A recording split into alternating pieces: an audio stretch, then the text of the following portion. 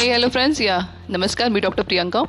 आपण आजच्या व्हिडिओमध्ये मेकोनियम एस्पिरेशन सिंड्रोम, त्यालाच आपण meconium aspiration of amniotic fluid, ठीक आहे. तर ह्यालाच मराठीमध्ये आपण असं म्हणू शकतो की बाळाने पोटात शी केली आहे आणि ती शी जी आहे ती एम्नियोटिक फ्लूइड म्हणजे जे आईच्या पोटामध्ये जे पाणी असतं ज्यामध्ये बाळ फ्लोट होत असतं त्या फ्लूइडमध्ये ते मिक्स होतं, स्टेनिंग होतं आणि ते बाळ एस्पिरेट करतं म्हणजे ते बाळ श्वसनाद्वारे आतमध्ये घेतं, ठीक आहे.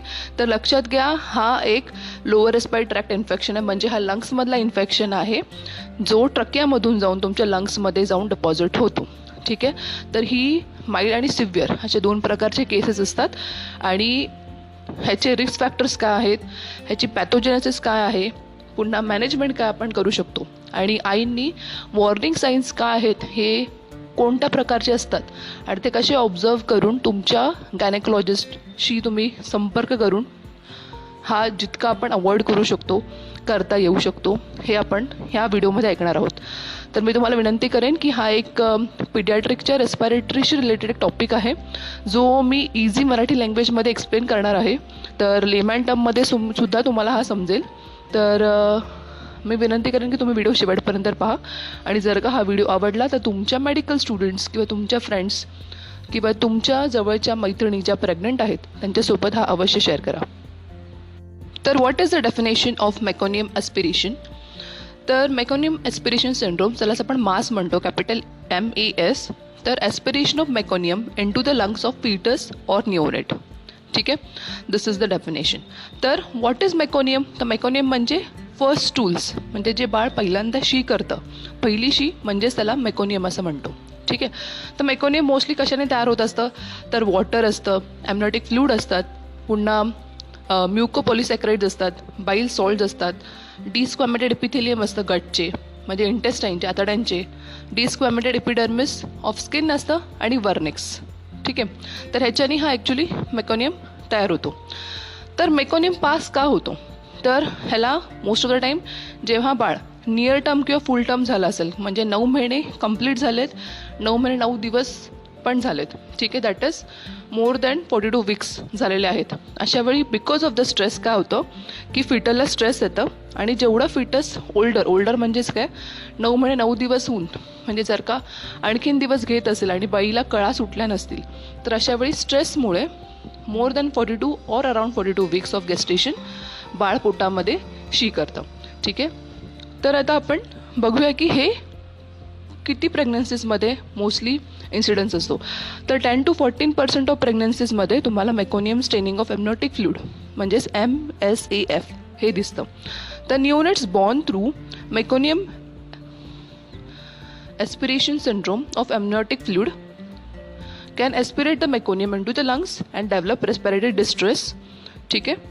आणि एस्पिरेटेड मेकोनियम काय करतं तर ब्लॉक करतं लार्ज आणि small airways causing the areas of ॲटेलेक्टेसिस and एम्फायझिमा which can progress to develop एअरलिक syndrome like निमोथोरॅक्स, ठीक आहे. तर आता इथे आपण 3 शब्द महत्त्वाचे लक्षात ठेवायचे आहेत. फर्स्ट इज ॲटेलेक्टेसिस, सेकंड इज एम्फायझिमा आणि थर्ड आहे की त्याचं कॉम्प्लिकेशन काय होतं तर एअरलिक syndrome that is nothing but निमोथोरॅक्स.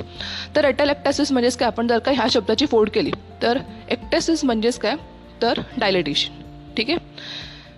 Tele म्हणजे डिस्टंट आणि ए इज नथिंग बट नो म्हणजे ॲब्सेंट, म्हणजे डायलेटेशन ऑफ द डिस्टंट लंग्सचे जे लोब्युल्स असतात ते होत नाही, that is that is absent, that is called age ॲटेलेक्टेसिस, ठीक आहे. कारण की सगळं जे पूप असतं बाळाचं शी असते ती सगळी जाऊन तिकडे जर का ॲक्युमुलेट झाली तर रिअब्झॉर्प्शन होतं एम्नियोटिक फ्लूइड ते मेकोनियमचं and that gives ॲटेलेक्टेसिस. Second is also the एम्फायझिमा. एम्फायझिमा nothing but respiratory failure असतं, that is nothing but disorder. आणि थर्ड आहे की निमोथोरॅक्स. निमोथोरॅक्स म्हणजे हवा जमते तुमच्या लंग्समध्ये, ठीक आहे. तर द क्लिनिकल फीचर्स आणि कोर्स काय असतो तर हा युजली आपण बघितलं की टर्म किंवा नियर टर्म म्हणजेच किंवा पोस्ट टर्म आणि स्मॉल फॉर गेस्टेशनल एज बेबीजमध्ये हा एज ग्रुप आहे ज्याच्यामध्ये मेकोनियम एस्पिरेशन सिंड्रोम होऊ शकतो, ठीक आहे. तर इन्फंट्स युजली कोणते सिम्पटम्स दाखवणार तर जेव्हा बाळ जस्ट जन्म घेतो किंवा इन टू द वूम पण हे सिम्पटम्स होऊ शकतात. तर एकतर आहे की फिटल हार्ट रेट इन्क्रीज असणार, त्यानंतर जेव्हा बेबी जन्म घेतो तर विदिन फर्स्ट फ्यू आवर्समध्ये त्याची तब्येत एकदम खालावते, म्हणजे डिटोरिया होते विदिन 24 to 48 आवर्स. आणि काय सिम्पटम्स असतात तर याच्यामध्ये सगळ्यात इम्पॉर्टंट आहे की टॅकिपनिया, टॅकिकार्डिया, पुन्हा बेबीमध्ये तुम्हाला रेस्पिरेटरी फेलियरचे हे जे सिम्पटम्स आहेत ते दिसणार. आणि जर का हा अनट्रीट केलं तर that distress can progress to cyanosis, ठीक आहे. आणि निमोथोरॅक्स आणि other leak syndromes. Other leak syndromes म्हणजेच कोणते तर पेरिकार्डियम, निमो मिडियास्टिनम and third is persistent pulmonary hypertension, ठीक आहे. तर ह्या 3 गोष्टी होतात, लक्षात घ्या. म्हणजेच आपण ही पुन्हा स्लाईड रिव्ह्यू करू की हा टर्म, पोस्ट टर्म आणि small for gestational age babies ह्यांच्यामध्ये होतो. आणि ह्यांना रेस्पिरेटरी डिस्ट्रेस डेव्हलप होतो, म्हणजे टॅकिपनिया, टॅकिकार्डिया, सायनोसिस हे डेव्हलप होतो first few hours of life आणि तो 24 to 48 आवर्समध्ये डिटोरिएट होतो. आणि जर का अनट्रीट केला तर तो प्रोग्रेस होऊन रेस्पिरेटरी फेलियर होतो.